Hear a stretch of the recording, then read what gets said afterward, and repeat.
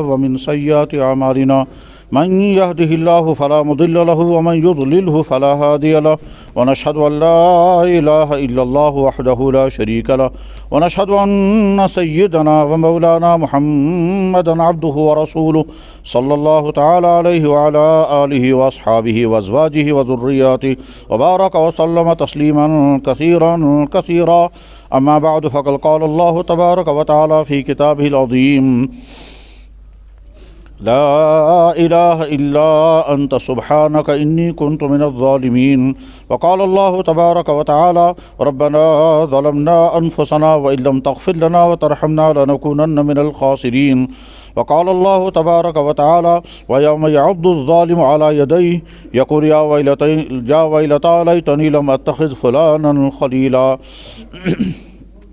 وقال الله تبارك وتعالى ألا لعنة الله على الظالمين وقال النبي صلى الله عليه وسلم الظلم ظلمات يوم القيامة وقال النبي صلى الله عليه وسلم يقول الله عز وجل حرمت علي الظلم فلا تظالموا فيما بين أيديكم أو كما قال عليه صلوات وتسليم صدق الله مولانا العظيم وصدق رسوله النبي الكريم ونحن على ذلك لمن الشاهدين والشاكرين والحمد لله رب العالمين يا رب صل وسلم دائما أبدا على حبيبك خير الخلق كلهم. میرے محترم بزرگوں اور دوستو، اللہ کے فضل اور احسان سے ہم اس وقت اللہ کے گھر میں جمعے کی نماز ادا کرنے کے لیے حاضر ہیں. بہت سارے ہمارے بھائی ابھی نہیں پہنچے، وہ بھی انشاءاللہ پہنچیں گے. ہمارا اللہ کے گھر میں حاضر ہونا ثبوت اور علامت ہے کہ ہم اللہ کو اپنا اللہ مانتے ہیں، جناب محمد رسول اللہ صلی اللہ علیہ وسلم اپنا نبی مانتے ہیں. ہم اپنے آپ کو اللہ کا بندہ اور اپنے آپ کو اپنے نبی کا امتی مانتے ہیں. ہمیں یقین ہے کہ دین اسلام دین حق ہے اور اسی لیے ہم مسجد میں موجود ہیں. مسجد میں ہمارا ہونا نماز کے ارادے سے یہ ثبوت ہے کہ ہم مومن ہیں. اگرچہ ایمان ہمارا کمزور ہے مگر ہے ہم مومن. اگر مومن نہ ہوتے تو اللہ کے گھر میں یہاں جمع نہ ہوتے. ایمان کی دولت ملنا کوئی معمولی چیز نہیں ہے، بہت بڑی نعمت ہے. بلکہ اس کائنات کی سب سے بڑی نعمت اگر ہے تو وہ یہی ہے کہ کسی کو ایمان کی دولت مل جائے. جناب رسول اللہ صلی اللہ علیہ وسلم نے ارشاد فرمایا طوبی لمن رآنی وآمن بی، خوشخبری اور مبارک اس انسان کو. حدیث کی کتاب ہے مشکات شریف. اس مشکات شریف کے آخری پیج پر یہ حدیث موجود ہے. حدیث مبارک کے الفاظ اس طرح سے ہیں طوبی، خوشخبری، مبارک اس انسان کو لمن رآنی وآمن بی، جس انسان نے مجھے دیکھا اور ایمان بھی قبول کیا. مبارک تم اس انسان سے انسان میون ملاقات کور بے قرن ایمان تے قبول. ہم اس کیٹاگری میں نہیں ہیں.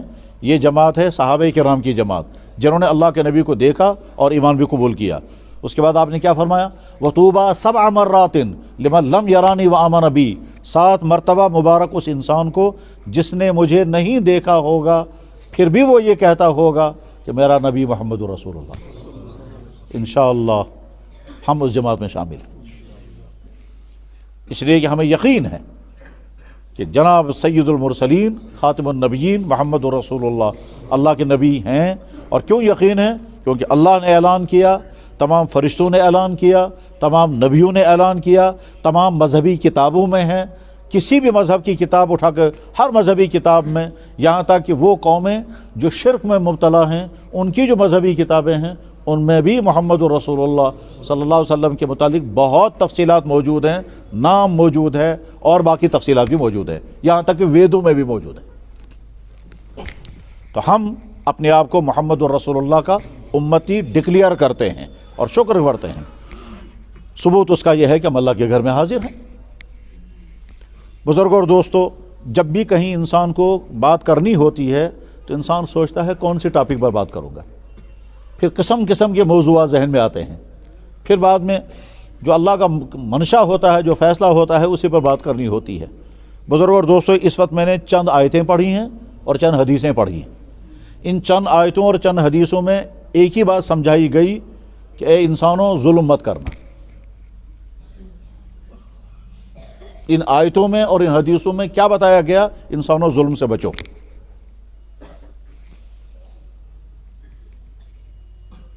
اس کائنات میں سب سے پہلا انسان کون؟ حضرت آدم علیہ السلام.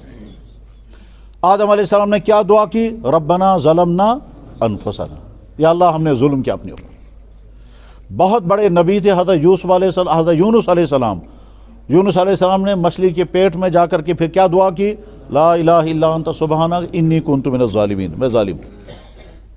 اللہ قرآن کریم میں فرما رہے ہیں وہ دن یاد رکھنا جس دن تم ظالم اپنی انگلیوں کو کاٹو گے. سو دوہ تیجو تو یا جمدو تے اتھن سے پیو، اپنی انگلیوں کو کاٹو. یوم یعض الظالم، جس دن ظلم کرنے والا اپنی انگلیوں کو کاٹے گا. وَيَوْمَ يَعْضُ الظَّالِمُ عَلَى يَدَيْهِ يَقُولُ يَا لَيْتَنِي اتَّخَذْتُ مَعَ الرَّسُولِ سَبِيلًا يَا وَيْلَتَىٰ لَيْتَنِي لَمْ أَتَّخِذْ فُلَانًا خَلِيلًا. کاش میں نے نبی کی بات مانی ہوتی، کاش میں نے فلانے کو دوست نہ بنایا ہوتا، کاش میں نے فلانے ویب سائٹ نہ دیکھی ہوتی، کاش میں نے فلانے گندے کام میں اپنے آپ کو خراب نہ کیا ہوتا. تو اپنے قرآن اس کو کہا یہ ظالم. قرآن کریم میں اللہ تعالیٰ فرماتے ہیں، کیا فرماتے ہیں؟ خبردار ظلم مت کرنا، ظلم کرنے والوں پر لعنت. اللہ کے نبی علیہ السلام نے فرمایا اللہ یہ کہتا ہے، ٹھیک ہے، ذہنس میں روزن اک حدیث آسان تاچو نا حدیث قدسی. یہ حدیث قدسی کیا گو؟ تو اس کا جواب یہ ہے حدیث قدسی اس حدیث کو کہتے ہیں جس میں نبی اللہ کا ریفرنس دے کر پھر بات کہتے ہیں. اللہ کے نبی جب اللہ کا ریفرنس دے کر بات کریں گے تو اس کو کہتے ہیں حدیث قدسی. مثلا سب لوگ جانتے ہیں حدیث ہے انما الاعمال بالنیہ، یہ حدیث ہے، صحیح ترین حدیث ہے، بخاری کی پہلی حدیث یہی ہے، مگر اس کو حدیث قدسی نہیں کہیں گے کیونکہ اس میں اللہ کا ریفرنس نہیں آیا. لیکن دوسری حدیث ہے کہ جناب رسول اللہ صلی اللہ علیہ وسلم فرمائے اللہ یہ کہتے ہیں. تو جب حضور اللہ کا ریفرنس دیتے ہیں اس کو کہتے ہیں حدیث قدسی، یہ ٹرم ہے. یہ تو حدیث قدسی اللہ کے نبی نے بیان فرمائی. کیا فرمایا اس میں؟ اللہ یہ کہتا ہے میں نے اپنے اوپر ظلم حرام کر دیا ہے، تم بھی آپس میں ظلم مت کرنا. حضور فرما رہے ہیں اللہ یہ کہتا ہے میں نے اپنے اوپر ظلم حرام کیا ہے، تم بھی آپس میں ظلم مت کرنا. حرمت علی الظلم، میں نے اپنے اوپر ظلم حرام کیا ہے، فلا تظالموا، تم بھی کسی پر ظلم مت کرنا. اللہ کے نبی نے فرمایا الظلم ظلمات یوم القیامہ، ظلم جو ہے وہ قیامت کے دن ظلمت ہی ظلمت ہوگی. اور بہت ساری حدیثیں بھی ہیں، قرآن کریم کی آیتیں بھی ہیں جس میں اللہ تعالیٰ شانہ ظلم سے بچنے کی ترغیب دیتے ہیں. مگر اس کے بعد جو آگے سمجھنے کی چیز ہے وہ یہ کہ انسان دوسرے پر ظلم کرے، اس کو یہ تو فوراً سمجھ میں آتا ہے، لیکن انسان جو اپنے اوپر ظلم کرتا ہے وہ سمجھ میں نہیں آتا. ظلم کی ایک قسم یہ ہے کہ ہم دوسرے پر ظلم کریں، لیکن ظلم کی پہلی والی قسم وہ ہے جو انسان اپنے پر ظلم کرتا ہے. چنانچہ جناب رسول اکرم صلی اللہ علیہ وسلم نے ارشاد فرمایا، حدیث مبارک ہے، انصر، مدد کرو تم، اخاکا، اپنے بھائی کی، ظالمن او مظلومن، اگر وہ ظالم ہوگا تب بھی مدد کرو اور مظلوم ہوگا تب بھی مدد کرو. انصر اخاکا، تو یہ کرجو پنس بھائیس مدد، ظالمن او مظلومن، اگر سو ظالم آئے تو کرجوس مدد، اگر سو مظلوم آئے تو کرجوس مدد. تم اپنے بھائیوں کی مدد کرو، ظالم ہوگا تب بھی اور مظلوم ہوگا تب بھی. تو صحابہ کرام نے عرض کیا یا رسول اللہ صلی اللہ علیہ وسلم مظلوم کی مدد تو سمجھ میں آ جاتی ہے، ظالم کی مدد کا مطلب کیا ہے؟ تو آپ نے فرمایا اس کو ظلم سے روکنا، اس کی مدد کرنا ہے. مظلوم کی مدد ہے اس کو ظلم سے بچانا ہے، اور ظالم کی مدد یہ ہے کہ اس کو ہمدردی سے، محبت سے سمجھا کر کے ظلم سے روکنا ہے. یہ ظالم کی مدد ہے. تو بہرحال ظلم کی پہلی والی قسم وہ ہے جو انسان اپنے پر ظلم کرتا ہے. اپنے اوپر ظلم کرتا ہے، کیسے ظلم کرتا ہے؟ جواب، جب انسان جرائم میں مبتلا ہوتا ہے تو یہ اپنے آپ پر ظلم کر رہا ہے، کیونکہ یہ اپنے جسم کو جہنم میں جلانے کے لیے تیار کر رہا ہے. جب انسان حرام دولت جمع کرے گا تو یہ اپنے پر ظلم کر رہا ہے. کیوں؟ اللہ نے حکم دیا اپنے اس جسم کو جو میرا بنایا ہوا ہے اس میں حلال دولت پر حلال کھانا ڈالنا، ہم اس میں حرام کھانا. اللہ نے ہمیں حکم دیا اپنے اہل و عیال کو کھلاؤ پلاؤ اور حلال کھلانا، کم کھلاؤ سیدھا سادہ مگر حلال، اور ہم ان کے لیے حلال حرام لا رہے ہیں. تو یہ ظلم کر رہے ہیں اپنے اوپر، اپنے گھر والوں کے اوپر. وہ جوان جس کو اللہ نے جوانی عطا کی اور وہ طرح طرح کے گناہ گندے کاموں میں ہے، چاہے وہ ڈرگس، چاہے وہ غلط تعلقات، چاہے وہ فیشن، چاہے وہ میوزک، چاہے وہ ڈانس، چاہے وہ گندی ویب سائٹیں دیکھتا ہو، یہ اپنے اوپر ظلم کر رہا ہے۔ اللہ نے آنکھ دی دیکھنے کے لیے، ہم اس کی غلط یوزنگ کر رہے ہیں، یہ اپنے اوپر ظلم کر رہے ہیں، اپنے آنکھ کا غلط استعمال کر رہے ہیں۔ ہمیں پیسہ اللہ نے دیا، اس پیسے کا ہم غلط استعمال کر رہے ہیں، یہ اپنے اوپر ظلم کر رہے ہیں۔ ہماری زندگی کا کروشل اہم ترین ٹائم ہے جوانی کا ٹائم، اس جوانی کے ٹائم کو ہم خرافات میں برباد کر رہے ہیں، موبائل کے لائکنگ و شیئرنگ میں استعمال کر رہے ہیں، رات کے 2-2 بجے تک ویب سائٹوں میں چکر کاٹتے رہیں گے اور فائدہ اس کا کچھ بھی نہیں ہے، تو یہ اپنے اوپر ظلم کر رہے ہیں، اپنا وقت برباد کر رہے ہیں، اپنی صحت برباد کر رہے ہیں، اپنی سوچ برباد کر رہے ہیں، اپنے مائنڈ سیٹ کو تباہ کر رہے ہیں، یہ سب ظلم اپنے اوپر ہے۔ پیسہ نہیں، پیسہ کم ہے، حرام ذریعے سے پیسہ کما رہے ہیں، چاہے دفتر میں بیٹھ کر رشوت کھا رہے ہوں، چاہے دکان پر بیٹھ کر کے کسٹمر کو لوٹ رہے ہوں، چاہے فراڈ مال بیچ رہے ہوں، چاہے دھوکہ کر کے بزنس کر رہے ہوں، چاہے چوری کر رہے ہوں، چوری چاہے دفتر میں ہو، چاہے دکان پر ہو، چاہے باغ میں ہو، چاہے گھر میں ہو، چاہے اپنے گھر والوں کی چوری کریں یا کسی اور کی، اور چوری کر کے جو مال لا رہے ہیں یہ اپنے اوپر ہم ظلم کر رہے ہیں۔ اسی طرح سے اللہ نے مردوں کے اندر بھی ایک طاقت رکھی ہے اور خواتین کے اندر بھی ایک چاہت رکھی ہے، اور اس چاہت اور طاقت کا ایک اہم ترین مقصد ہے کہ آگے نسل چلے گی، مگر ہم اس طاقت اور اس چاہت کا اگر غلط یوز کرتے ہیں، یعنی غلط تعلقات جوڑتے ہیں، اور غلط تعلقات جوڑنے میں اپنی آنکھ کا استعمال ہو رہا ہے، اپنے کانوں کا استعمال ہو رہا ہے، اپنے مائنڈ سیٹ کا استعمال ہو رہا ہے، چلنے کا استعمال ہو رہا ہے، ملنے کا، ملاقات کا، پیسہ خرچ کرنا، یہ سب ظلم میں آتا ہے کہ تم اپنے پر ظلم کر رہے ہو، اپنی آنکھوں پر، اپنی سوچ پر، اپنی باڈی پر، اپنے پیسے پر، یہ ظلم ہے تمہارا۔ اور قیامت کے دن تم اپنی ہاتھوں کو کاٹو گے، میں نے کیا ظلم کیا تھا اپنے اوپر۔ دوسروں کا مسئلہ تو بعد کا ہے، سب سے پہلا مسئلہ اپنے ظلم کا ہے۔ آدم علیہ السلام نے جو دعا کی تھی تو یہ نہیں کہا تھا یا اللہ اس نے مجھ پر ظلم کیا، انہیں یہی کہا تھا ظلمنا انفسنا، یا اللہ میں نے اپنے پر بہت بڑا ظلم کر دیا۔ جب حضرت یونس علیہ السلام مچھلی کے پیٹ میں تو انہوں نے یہ نہیں کہا یا اللہ اس نے مجھے ظلم کیا، انی کنت من الظالمین، اپنے بارے میں کہا مجھ سے ظلم ہوگا اپنی ذات پر، انی کنت من الظالمین۔ صحابہ کرام میں سب سے اونچا مقام ہے صدیق اکبر رضی اللہ تعالیٰ عنہ کا، صدیق اکبر جس کا تذکرہ قرآن میں بھی ہے۔ صدیق اکبر کا نام تو قرآن میں نہیں ہے، مگر قرآن کی آیت میں لفظ آیا ہے اور اس مطلب ہے صدیق اکبر، قرآن کریم میں ہے۔ اللہ تعالیٰ فرماتے ہیں وہ دو جو غار میں تھے، ان دو میں سے دویم تم یم غارس مز تمو دویمس دویم تم کم ٲسمٕتۍ چھِ، ایک جناب رسول اکرم صلی اللہ علیہ وسلم، دوسرے صدیق اکبر۔ جب اللہ کے نبی علیہ السلام نے مکہ شریف سے ہجرت کی اور 3 دن آپ پلان کے مطابق غار ثور کے اندر چھپے رہے تاکہ وہ ظالم آپ کو پکڑنے نہ پائیں، تو 3 دن اس غار کے اندر جو چھپے رہے تھے اسی کا تذکرہ قرآن کریم میں دہیم سپار کہیم رکو، دہیم سپار دہیم رکو، کہیم نہ دہیم رکو، دہیم سپار میں دہیمس رکوس میں آیت وثانی اثنین، ان دو میں سے دوسرا، اذ ہما فی الغار، جب وہ دونوں غار میں تھے، اذ قال لصاحبہ، جب اس نے اپنے ساتھی سے کہا۔ تو یہ دو کون ہیں؟ وہ صدیق اکبر ہیں۔ تو صدیق اکبر رضی اللہ تعالیٰ عنہ کا مقام بہت زیادہ اونچا ہے، اتنا زیادہ اونچا کہ اللہ کے نبی نے اعلان فرما دیا تھا میں نے ہر صحابی کا حق ادا کر دیا، صدیق اکبر کا حق میں ادا نہیں کر سکتا۔ یا ممبر پر بھی کا اعلان، ممبر پر بیٹھ کر اللہ کے نبی نے اعلان کیا میں نے ہر ایک کا حق ادا کر دیا، صدیق اکبر کا حق۔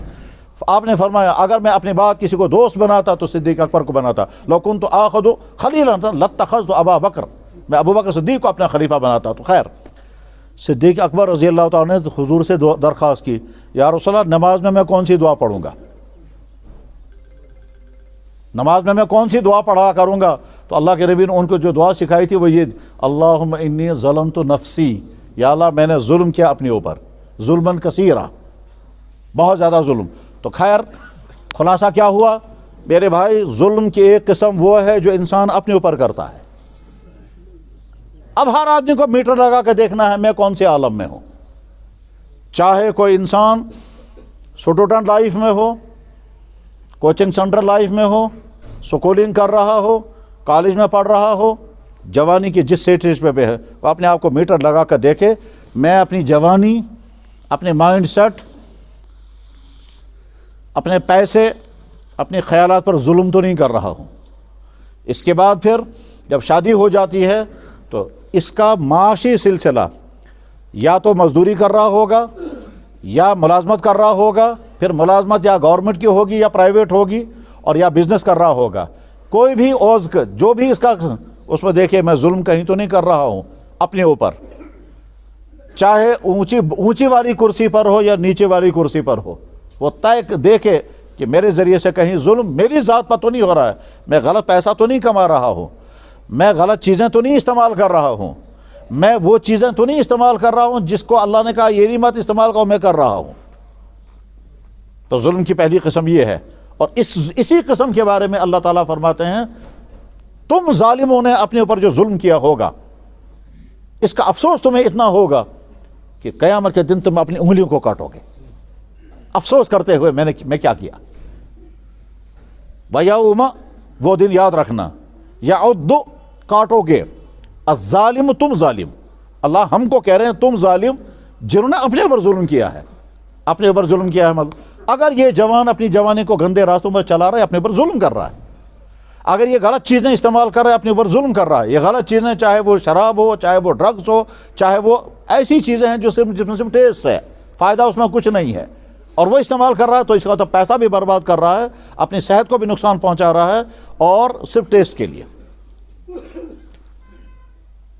یا یقول یا لیتنی لم اتخذ فلانا خلیلا. تم افسوس کرو گے میں فلاں کمپنی میں کیوں رہا، میں نے فلاں فرینڈ سرکل میں کیوں نہیں دوستی کی جوڑی، میں فلانے لوگوں کے ساتھ اٹھا بیٹھا اس کی وجہ سے میں خراب ہو گیا، ورنہ میں تو ٹھیک تھا. تو اس وقت افسوس کرو گے میں فلانے کے ساتھ اٹھتا بیٹھتا تھا اس وجہ سے میں برباد ہو گیا. تو ظلم کی ایک قسم یہ ہے. ہر آدمی اپنے اوپر میٹر لگا کے دیکھے کہ میں اپنے اوپر ظلم تو نہیں کر رہا ہوں. ایک انسان جب رات کے 2 بجے تک جاگتا ہے ویب سائٹوں کے لیے مگر نماز پڑھنے کے لیے تیار نہیں ہے، یہ ظلم نہیں؟ بدترین قسم ہے ظلم کی. ایک انسان خرافات میں پیسہ خرچ کرنے کے لیے تیار ہے مگر غریب پر وہ پیسہ خرچ کرنے کے لیے تیار، اس کے محلے میں لوگ مر رہے ہیں. ابھی چند دنوں پہلے اسی کشمیر میں جناب والا ایک محلے میں ایک آدمی کے گھر میں وفات ہو گئی. اس وجہ سے وفات ہو گئی کہ اس کو دوائی کے لیے پیسہ نہیں تھا، اور چونکہ تھا بیچارہ سفید پوشم کا آدمی اور وہ لوگوں سے کہتا نہیں تھا، دوائی کا انتظام نہیں ہو سکا تو مر گیا. اور اسی محلے میں آدمی نے 1 لاکھ روپے کا کتا خریدا اور 40,000 روپے کی بلی خریدی. شاہجہان ساسن حسن بیور کہتا ہے وہ پرشین کیٹ، اور 1 لاکھ روپے کا کتا خریدا. اس کتے پر روزانہ خرچہ ہے 10 سے 15,000 روپیہ، یہ پیسہ خرچ کر رہا ہے وہ، اور اسی محلے میں ایک آدمی دوائی نہ ہونے کی وجہ سے مر گیا. یہ کیسی عجیب قسم ہے کہ انسان اپنا پیسہ برباد کر رہا ہے کس پر؟ جس پر ملنے والا کچھ نہیں ہے. کتوں کی خدمت کرنے سے کیا ملے گا؟ ہاں البتہ ذہن میں کیا آتا ہے اس کی خبر کیا. یہ کبھی کبھی انسانوں کو دھوکے لگتے ہیں اور سمجھتا ہے کہ میں بہت کچھ ہوں، ہوتا کچھ نہیں ہے. جناب میں کتے پال رہا ہوں، ہم آرڈر ہیں، تم بیکورڈ ہو. تو دوسروں کا کتے کی خدمت میں لگا ہوا آدمی ہے اور سمجھتا ہے بجوز خبر کیا، میں پتہ نہیں کیا ہوں، ہے کچھ نہیں، بلکہ سڑا ہوا انسان ہے.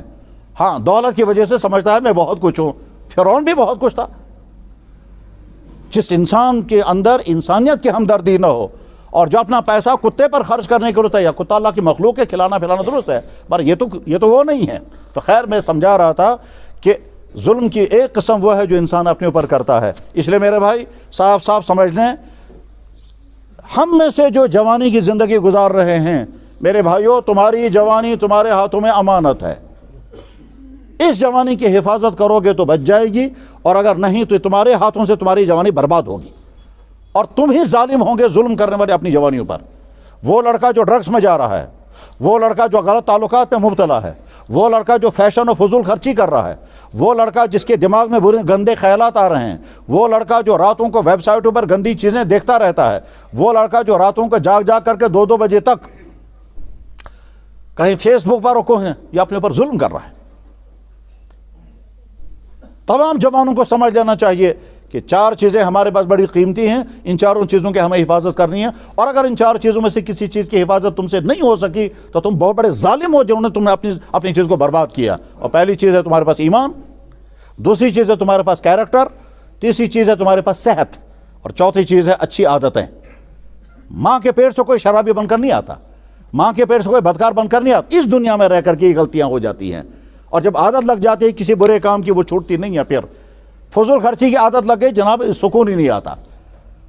فضول خرچی کی عادت لگ گئی جب تک برانڈ کپڑے نہ ہوں گے تب تک آدمی سمجھتا ہے میں کچھ بھی نہیں ہوں. بہرحال جوان سمجھے اچھی طرح سے وہ اپنے آپ پر ظلم تو نہیں کر رہے ہیں. اور 4 چیزوں کی حفاظت، ڈیٹیل کا وقت نہیں ہے. اپنے ایمان کی حفاظت، اپنے کردار کی حفاظت، اپنی صحت کی حفاظت. صحت کی حفاظت کے بہت تفصیل ہے. جو سمجھنا ہے وہ چیزیں جو صحت کو برباد کرتی ہیں، وہ کیا کیا چیزیں ہیں، وہ کیا کیا حرکتیں ہیں جن حرکتوں کی وجہ سے انسانوں کی صحت برباد ہوتی ہے. وہ کبھی ہاتھوں سے ہوتا ہے، کچھ کھانے پینے میں ہوتا ہے، کچھ جاگنے بلا ضرورت جاگنے میں ہوتا ہے، کچھ ایسی چیزیں کھانے کی ہیں جن کی وجہ سے صحت کو برباد ہوتی ہے. تو بہرحال شارٹ میں اپنے ایمان کی حفاظت، اپنی کردار کی حفاظت، اپنی صحت کی حفاظت، اور چوتھی چیز اپنی عادتوں کے محفوظ رکھیں. آپ شرابی بن کر نہیں آئے، یہاں شرابی بن جائیں گے. آپ جواری بن کر نہیں آئے گے، بری عادتوں میں لگ جائیں گے، جواری بن جائیں گے. ہم جب واقعات سنتے یا دیکھتے ہیں تو رونگٹے کھڑے ہوتے ہیں اور حسرت اور افسوس ہوتی ہے کہ کیا مسلمان یہاں تک پہنچ گئے. میرے پاس ایک عورت آئی، وہ آ کر کے کہتی ہے میں تو کیا دلیل، تو بچہ میرا خراب ہو گیا ہے، بگڑ گیا ہے، اور اس نے مجھے چائے میں یا پانی میں کوئی چیز ملا کر کے دی، میں نے پی، وہ بے ہوش ہو گئی، تو میری بالی نکال کر کے لے گیا اور جا کر کے چرس پی لی. تو میں کانواجی کڑت کہتے ہیں اب وہ سشاسن زاگان میں وہ دیکھتا رہتا ہے کب میری ماں سوئے گی، دوسری بالی بھی نکال لوں گا. کیونکہ اور گھر کے سارے برتن بیچ چکا ہے. کیونکہ عادت جب بگڑ جاتی ہے اس کے بعد پھر آدمی کو کنٹرول کرنا بہت مشکل ہوتا ہے. تو بہرحال میں عرض کر رہا تھا، بات کہاں سے شروع ہوئی ہے. نمبر 1، ظلم اللہ کو ہرگز برداشت نہیں. قرآن کریم میں سخت ترین ممانعت، اللہ کے نبی نے سخت ترین ممانعت کی. اللہ فرما رہے ہیں میں نے اپنے پر حرام کیا ہے ظلم کرنا، تم بھی ظلم مت کرنا. ظلم کی پہلی والی قسم وہ ہے جو انسان اپنے اوپر کرتا ہے، نمبر 1. اور ظلم کی دوسری والی قسم ہے جو انسان دوسروں پر کرتا ہے. یہ دوسروں پر جو ظلم کرتا ہے اس کی تفصیلات تو بہت معلوم ہے. ہر انسان کو اللہ نے عقل بھی دی ہے، سمجھ دی ہے. اللہ نے ہم کو ایمان عطا فرمایا. ہم کو سمجھ لینا چاہیے کہ ہمارے ذریعے سے دوسرے کسی بھائی پر ظلم تو نہیں ہو رہا ہے. چاہے دکاندار ہو، کسٹمر پر ظلم کر سکتا ہے. کسٹمر ہو وہ دکاندار پر ظلم کرتا ہے، اس کا پیسہ نہیں دے گا. دفتر کا افسر ہو اپنے ماتحتوں پر ظلم کرے گا یا لوگوں پر ظلم کرے گا، یا نیچے والا جو ہے وہ اپنے افسر پر ظلم کرے گا، یا لوگ جو ہیں وہ دفتر والوں پر ظلم کریں گے. ہسپتال کا ڈاکٹر کبھی پیشنٹوں پر ظلم کرے گا. ہسپتال کا ڈاکٹر اگر غلط ٹیسٹ کرا رہا ہے اور ضرورت نہیں ہے ٹیسٹ کرانے کی، صرف اپنا کمیشن لینے کے لیے، یہ بدترین ظلم ہے. کہ بیمار آ گیا، ڈاکٹر کو پتا ہے اس کو کیا بیماری ہے، پھر بھی کہتا ہے یہ ٹیسٹ کر کے لاؤ، یہ کر کے لاؤ، اور فلانے لیب سے ٹیسٹ کر کے لانا. فلانے لیب کا اس لیے ریفرنس دے رہا ہے کیونکہ وہاں سے اس کو کمیشن لینا ہے. تو یہ سوچ ہی نہیں رہا کہ میں جو پیسہ لے رہا ہوں یہ حلال ہے میرے لیے حرام ہے. تو یہ ظلم ہے. بہرحال جو آدمی جس سطح پر ہے، کوئی افسری کی لیول پر ہے، بڑی والی کرسی پر ہے، چھوٹی والی کرسی پر ہے، ہر انسان اللہ کے نظروں میں ہے کون کہاں بیٹھ کر کیا کر رہا ہے. سکول کا بڑے سے بڑا افسر وہ بھی ہے، سکول کا چپراسی وہ بھی ہے. کون کس پر کیا کر رہا ہے اللہ تعالیٰ دیکھتے ہیں. تو کسی دوسرے پر ظلم، اللہ کے نبی علیہ السلام نے فرمایا من ضار، جو دوسرے کو ضرر پہنچائے، ضارہ اللہ اس کو ضرر پہنچا دیں گے. الا لا تظلموا، خبردار دوسرے پر ظلم مت کرنا. الا حضور فرما رہے ہیں. اور میں حدیث پر سننے کے بعد ختم کرتا ہوں. کیا فرمایا جناب رسول اکرم صلی اللہ علیہ وسلم، جو شروع میں نے حدیث پڑھی تھی. اللہ فرماتے ہیں حرمت علی الظلم، میں نے اپنے پر ظلم حرام کیا ہے. فلا تظالموا فیما، تم بھی ایک دوسرے پر ظلم مت کرنا. وہ میں برداشت کیسے کروں گا؟ میں اپنے اوپر کہتا ہوں میں اپنے بندوں پر ظلم نہیں کرنا، تو تم میرے بندوں پر ظلم کرو گے، وہ کیسے میں برداشت کروں گا؟ اور آخری بات یہ ہے کہ ہماری یہ باڈی جو ہے یہ امانت ہے، ہماری بنائی ہوئی نہیں ہے. کوئی انسان نہیں ہے جس نے اپنی آنکھ بنائی، کوئی انسان نہیں ہے جس نے اپنے کان بنائے. انسان کہاں بنا سکتا ہے؟ ساری دنیا کے انسان مل کر کے اگر بال بنانا چاہیں نہیں بنا سکتے ہیں. اگر اللہ تعالیٰ شانو دانت پیدا نہیں کریں گے، دنیا کے سارے دانتوں کے ڈاکٹر جمع ہو کر کے دانت پیدا کر سکیں گے کہ نہیں کر سکیں گے؟ تو یہ ہماری باڈی جو ہے یہ امانت ہے اللہ کی. اور اللہ نے ہم کو یوزر بنایا، ہم اس کے مالک نہیں ہیں. مالک نہیں ہے، اس لیے اس کا غلط استعمال اگر ہوتا ہے تو یہی باڈی قیامت کے دن گواہی دے گی، یا اللہ اس نے مجھے غلط استعمال کیا. قرآن میں 3 جگہ موجود ہے. قرآن شفت معشوط رن جائن کہ تمہارا یہ جسم تمہاری تمام حرکتوں کو ریکارڈ کر رہا ہے، اس لیے کہ یہ جسم پہلے اللہ کا ہے بعد میں ہمارا ہے. تو اللہ تعالیٰ نے پہلے ڈیوٹی لگائی ہے، یہ جہاں تمہیں استعمال کر لے گا تم ریکارڈ کر لینا. آج تو ہاتھوں میں جو موبائل ہے، یہ موبائل بیک وقت 2 کام کرتا ہے. ہماری بات ان تک پہنچائے گا، اس کی بات مجھ تک پہنچائے گا، اور ساتھ میں ریکارڈنگ جب آپ رکھیں گے تو ریکارڈ بھی کرے گا. تو اللہ نے باڈی کے اندر ریکارڈنگ پہلے ہی فٹ کر دی ہے. خدا تعالیٰ یہ جسمس من سسٹم تھومت بنائت، یہ سوری تھا ریکارڈ کرت، حتیٰ کہ قرآن میں ایک جگہ آیت ہے یہ تمہاری کھال ہے، کھال یہ بھی تمہارا سب کچھ ریکارڈ کر رہی ہے. تو جسم حتی اذا ما جاء شہید علیہم سمعهم وابصارهم وجلودهم، تمہاری خال گواہی دے گی۔ پہلے زمانے میں جب اسلام پر اعتراضات ہوتے تھے، ہر زمانے میں ہوتے ہیں، اعتراضات آتے ہیں، جواب نکلتا ہے، اعتراض ختم ہوتا ہے، پھر نئے اعتراض آتے ہیں۔ تو ایک زمانے میں لوگ اعتراض کرتے تھے، فلسفی، یونان کے فلسفی، وہ سوال کرتے تھے یہ انسان کی کھال کیسے ریکارڈ کرے گی، ہمیں سمجھاؤ جی کیسے ریکارڈ کرے گی، یہ اعتراض کرتے تھے۔ آج تو یہ اعتراض ختم ہو گیا۔ کیوں؟ انسان کا بنایا ہوا چھوٹا سا چپ جو موبائل کے اندر ہے، یہ سلیکان چپ، اگر یہ سب کچھ ریکارڈ کر رہا ہے تو اللہ کی بنائی ہوئی یہ کھال کیوں نہیں ریکارڈ کر رہی؟ انسان نے وہی کام، علامہ انور شاہ صاحب کہا کرتے تھے جس چیز پہ خدا کی جس چیز پر تم اعتراض کرو گے اللہ تعالیٰ تمہارے ذریعے سے وہ چیز کرا دے گا اور تمہارا اعتراض ختم ہو جائے گا۔ تو غرض یہ کہ جب انسان نے اتنا سا چپ بنایا جو موبائل کے اندر ہے، وہ سب کچھ ریکارڈ کر رہا ہے، سی سی کیمرہ لگا ہوا ہے سب کے جگہ جگہ، سی سی کیمرہ سب کچھ ریکارڈ کر رہا ہے۔ اس کا مطلب یہ ہے جیسے سی سی کیمرہ ہماری ریکارڈنگ کر رہا ہے، ایسے اللہ بھی ہماری ریکارڈنگ کر رہے ہیں۔ اور جیسے یہ سلیکان چپ چھوٹا سا یہ ریکارڈ کرتا ہے، اسی طرح سے انسان کی باڈی ریکارڈ کر رہی ہے۔ تو گویا ہم اپنے جسم کو اپنا گواہ بنا رہے ہیں۔ قرآن مجید میں اللہ تعالیٰ فرماتے ہیں اچھی طرح سے سنو، تم انسانوں سے چھپ سکتے ہو، اپنے جسم سے چھپ نہیں سکو گے، جسم تمہارے ساتھ ساتھ ہے۔ وَمَا كُنْتُمْ تَسْتَطِيعُونَ أَن يَشْهَدَ عَلَيْكُمْ سَمْعُكُمْ وَلَا أَبْصَارُكُمْ، تم چھپ نہیں سکو گے، تمہارا جسم تمہارے ساتھ ساتھ اور سارا ریکارڈ کر رہا ہے۔ خلاصہ اللہ نے ہم کو ایمان کی دولت عطا فرمائی، الحمدللہ رب العالمین۔ ہمارے مومن ہونے کا ثبوت یہ ہے کہ ہم اللہ کے گھر میں ہیں۔ اگر ہم مومن نہ ہوتے تو اللہ کے گھر میں نہیں ہوتے۔ مگر ساتھ میں ہمیں یہ بھی تسلیم ہے کہ ہمارا ایمان بہت کمزور، اور کمزور ایمان ہے، اس وجہ سے میں اپنی آنکھوں کو کنٹرول نہیں کر پاتا۔ ایمان کمزور ہے اس لیے میں اپنے خیالات کو قابو میں نہیں کر پاتا۔ میرا ایمان کمزور ہے اس لیے میں کمائی میں حلال و حرام کی تمیز نہیں کر پاتا۔ ایمان کمزور ہے اس لیے رشوت سے نہیں بچ پاتا۔ ایمان والوں کی ذمہ داری ہے وہ یہ سمجھیں کہ اللہ نے کون کون سی چیزیں حرام کی ہیں، ان حرام چیزوں سے میں اپنے آپ کو بچاؤں گا، اور اگر نہیں بچا رہا ہوں تو میں اپنے پر ظلم کرنے والا ہوں۔ اور جب اپنے ظلم کرے گا تو انسان پچھتائے گا، اور بہت پچھتائے گا۔ میرے بھائی اس وقت دنیا میں مسلمانوں کے غلط طرز عمل کی وجہ سے دنیا کی قومیں اسلام پر اعتراض کرتی ہیں، حالانکہ اسلام کا قصور نہیں، قصور مسلمان کا ہوتا ہے۔ تو ہم اپنے برے طرز عمل کی وجہ سے اسلام پر بھی اعتراض کر رہے ہیں۔ بس میں حدیث سنا کے بعد ختم کرتا ہوں، 2-3 منٹ زائد ہو گئے شاید، حدیث سنا کے بعد ختم کرتا ہوں، بہت توجہ سے حدیث سنیں۔ جناب رسول اکرم صلی اللہ علیہ وسلم نے حج کیا، گۄڈنیُک حج تھے تو لاسٹُک حج تھے، اس کو کہتے ہیں حجۃ الوداع۔ اس حجۃ الوداع کے دن جو حضور عرفات کے میدان میں تھے، تو پوری تاریخ میں وہ دن انوکھا دن تھا۔ ایسا دن نہ اس سے پہلے کبھی آیا، اور ایسا دن نہ اس کے بعد کبھی قیامت تک آئے گا۔ کیوں نہیں آئے گا؟ اس وجہ سے کہ جناب رسول اللہ صلی اللہ علیہ وسلم حج میں موجود ہیں، 1 لاکھ سے زیادہ صحابہ کرام موجود ہیں۔ اگلے سال صحابہ اس سے زیادہ تعداد میں تھے، مگر حضور وہاں موجود نہیں تھے، اور اس سے پہلے اللہ کے نبی تو ہوتے تھے مگر صحابہ نہیں تھے۔ تو ایٹ اے ٹائم اللہ کے نبی بھی اور صحابہ بھی میدان عرفات میں جمع ہیں۔ یہ یونیک دن تھا، تاریخ میں اس سے پہلے بھی ایسا دن نہیں آیا، اور قیامت تک اب آ ہی نہیں سکتا ہے۔ حجۃ الوداع میں جناب رسول اکرم صلی اللہ علیہ وسلم نے تمام صحابہ کرام کو مخاطب بنا کر پھر تمام انسانیت کے نام اعلان کیا۔ اس میں پوری انسانیت کو آپ نے خطاب کیا۔ یہ نہیں کہا ایھا المسلمون، یہ نہیں کہا ایھا صحابہ، بلکہ ایھا الناس، اے دنیا کے تمام انسانوں، تمام دنیا کے انسانوں کے لیے میں منشور بیان کر رہا ہوں۔ تو اس میں تمام اہم باتیں بیان فرمائی ہیں، اس کو کہتے ہیں عالمی منشور۔ اللہ کے نبی علیہ السلام نے میدان عرفات میں بیان کر دیا تھا۔ اس میں بیان کرتے ہوئے پھر اللہ کے نبی علیہ السلام نے فرمایا صحابہ کرام کو، لوگو قیامت کے دن اللہ تم سے میرے بارے میں پوچھے گا کہ میرے نبی نے دین تم تک پہنچایا تھا یا نہیں، تو تم کیا جواب دو گے؟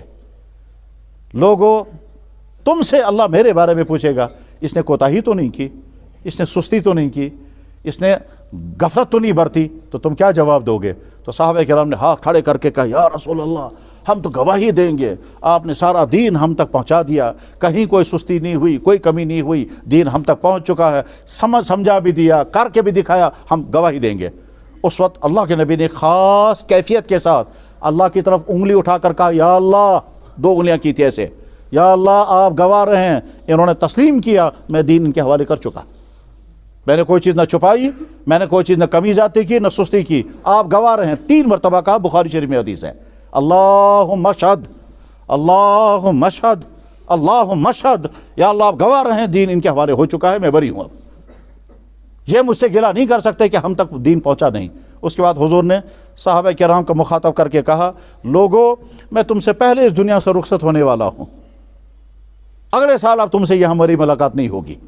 پھر فرمایا قیامت میں جب تم میرے پاس پہنچو گے میں باقی تمام قوموں پر فخر کروں گا میری امت دیکھو کیسی ہے، مگر خبردار تم اس حال میں میرے پاس مت پہنچنا کہ تمہاری وجہ سے مجھے وہاں شرمندگی اٹھانی پڑے۔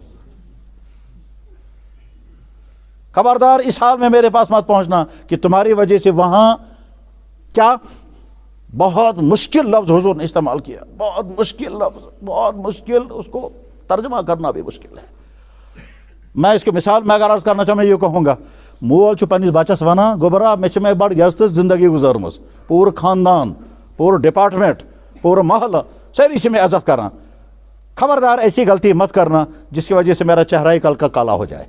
بس سیم اسی طرح سے اللہ کے نبی نے فرمایا خبردار اس حال میں میرے پاس وہاں مت پہنچنا تسودوا وجہی، جس کی وجہ سے میرا چہرہ، اگلا جملہ تو بولنا ہی مشکل ہے، مشکل نہیں بول سکیں گے، مگر ایک سید عالم نے اسے ترجمہ کیا، میں اس کا ترجمہ بول دیتا ہوں، اپنی طرف سے میں ترجمہ نہیں کر سکتا اس جملے کا۔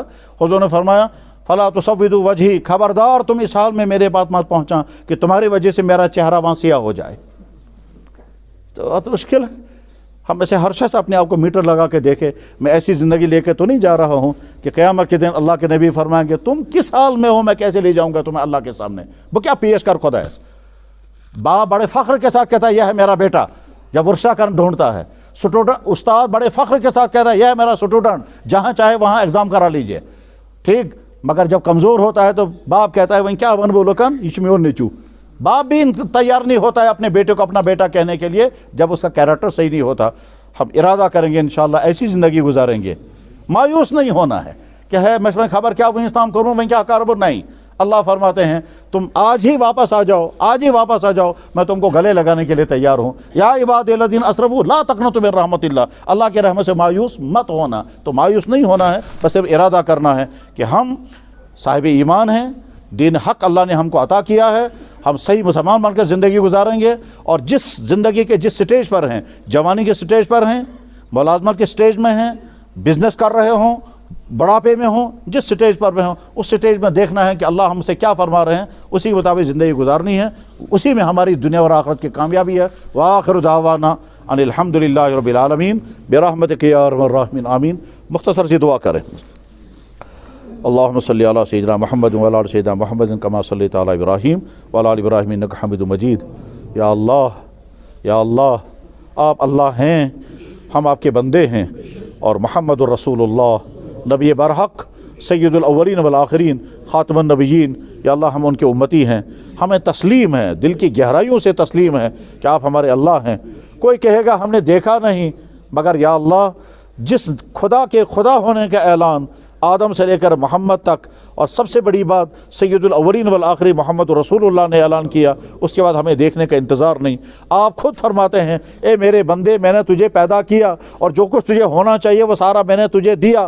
پھر آپ فرماتے ہیں نحن خلقناکم می کرمک سپاد، میں نے تم کو پیدا کیا، فلولا تصدقون، تم کیوں تسلیم نہیں کرتے؟ یا اللہ ہم تسلیم کرتے ہیں، آپ نے ہی یہ جوانی دی، دیکھنے کو آنکھیں، سننے کو کان، بولنے کو زبان، سوچنے کو دماغ، چلنے کو پاؤں، کام کے لیے ہاتھ۔ یا اللہ یہ خوشیاں، یہ عہدے، یہ تعلیم، یہ لذتیں، یہ دولتیں، یہ مکان، یا اللہ یہ سب آپ کا دیا ہوا، اور ایمان بھی آپ کا دیا ہوا۔ اگر آپ نے ایمان والے کے گھر میں پیدا نہ کیا ہوتا، ہو سکتا ہے کسی گھر میں ایسی جگہ میں ہم ہوتے جہاں پتھروں کو لوگ جھکتے ہیں، جہاں جانوروں کے سامنے ماتھے ٹیکتے ہیں، جہاں بے جان چیزوں کو اپنا خدا بناتے ہیں۔ آپ نے احسان فرمایا، وہ ایک سجدہ جسے گراں سمجھتا ہے تو دیتا ہے ہزار سجدوں سے آدمیوں کو نجات۔